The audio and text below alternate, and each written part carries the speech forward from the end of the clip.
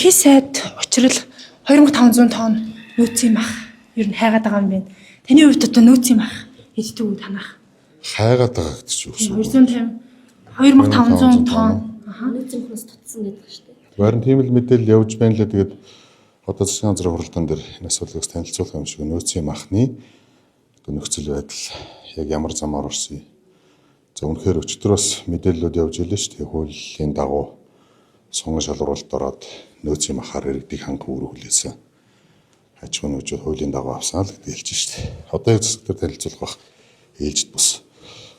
Гэхдээ энэ манай улсын хувьд бол энэ жижиг зах зээл зарим нөөцийг бүрдүүлж өргөн хэрэглээний барааны үнийг зохицуулдаг механизм зайлшгүй ажиллах ёстой гэж би бол хардаг.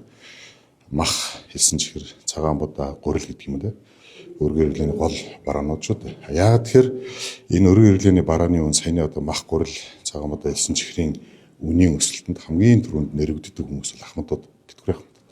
Тийм учраас заавал одоо нөөц бүрдүүлж түүгээрээ интервенц хийж үнийг барьдаг бодлого манай жижиг улсууд ялангуяа гадны экспертүүд бол ингэж зөвлөдөг шүү дээ. Яг тэгэхээр Монгол улс маань өөрөө айхтар тийм экспортлагч улс биш.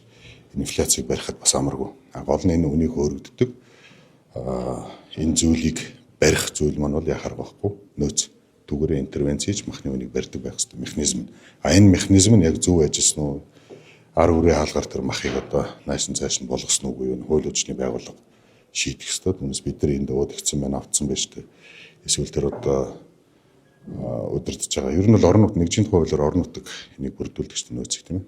Тийм учраас би яг сайн айхтар нарийн мэдээлэл байна. Одоо яг засаг дээр танилцуулах. Нөөцийн мах бэлтгэж нийлүүлж байгаа 9 компани нэг нь ихтэд эзэнтэй компани, хоёр нь болохоор одоогийн улсын хурлын гишүүн Алтмаагийн Баттуулгын хамаарал бүхий. Энэ тэгж л зүгээр тав хүнтэй адилхан хэвлэлийн мэдээлэлтэй л байна. Түүнээс ч одоо яг худалдаж авч аваад ачаад явж байхын нүд дээр харсан биш бид одоо юу хэлэх вэ?